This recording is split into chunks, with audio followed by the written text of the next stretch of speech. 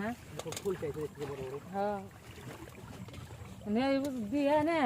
15 মাস করে